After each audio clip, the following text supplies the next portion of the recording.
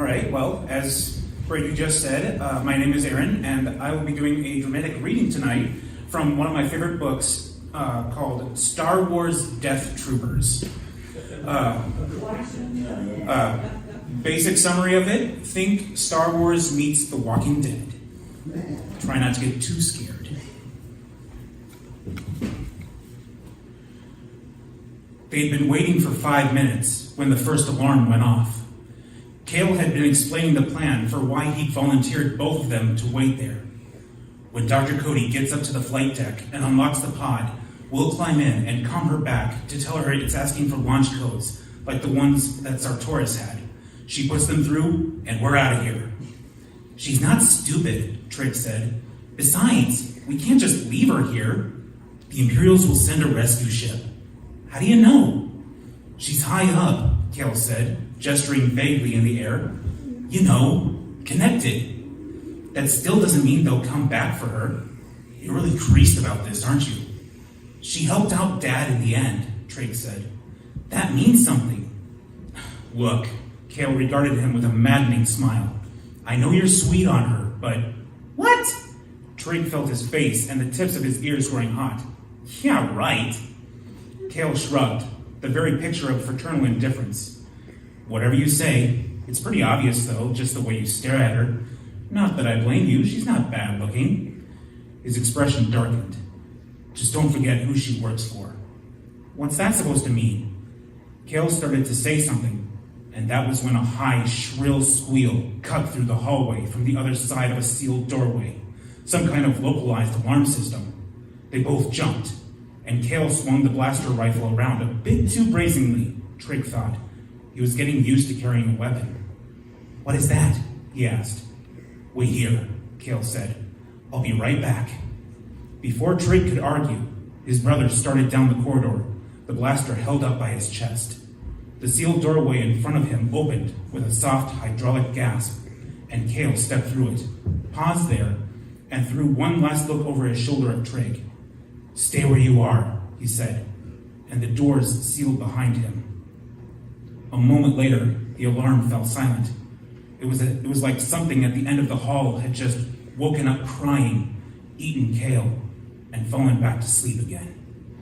Trig shuddered at the image, trying to shake it out of his head, and having no luck. He stood with his ears ringing, wondering what he was supposed to do, how he was even supposed to mark the time that everyone was away. Restless, trying to keep his mind occupied, he turned back to the escape pod. The little red light was still on, but he tried the hatch anyway, tugging on it just in case Dr. Cody had already sprung it by remote. It didn't open. What had he expected? He put his nose to the viewport again, cupped his eyes, and squinted, trying to see if anything had changed in the arrangement of the glowing instrument panel, but he couldn't make out anything clearly. Then, from inside the pod, something moved. Trig jerked his head back, his entire body stiff with shock, and he stumbled backward on unstable legs. His nerve endings seemed to have been replaced with thin copper wires, pulse racing so he could hear it clicking in his gullet. I didn't really see that, his brain whirred. The lights inside are just making it look like I did, but he held his breath, listening. There was a faint scratching sound coming from inside the pod. Trig took another step back until he felt his shoulders make contact with the opposite wall. His eyes rolled over to the doorway that Cale had gone through a few minutes earlier, but Cale wasn't back. There was no sign of him, and the scratching sound inside the pod was only getting louder, an irregular but insistent scrape of fingers or claws against the inside of the hatch. As Trig listened, he realized it was becoming faster as well as louder, more eager, as if it knew he was out here and wanted to get out with him. Trig realized he was squeezing the comm link hard enough to make his hand cramp. He lifted it up and thumbed the power switch. Dr. Cody? There was a long pause, and then her voice came back, clear and strong. Trig? Yeah. We're up here on the bridge now. We're still looking for the override to open the pod. It shouldn't be much longer. Wait, Trig said. Hold on. There's something inside the pod already. What's that?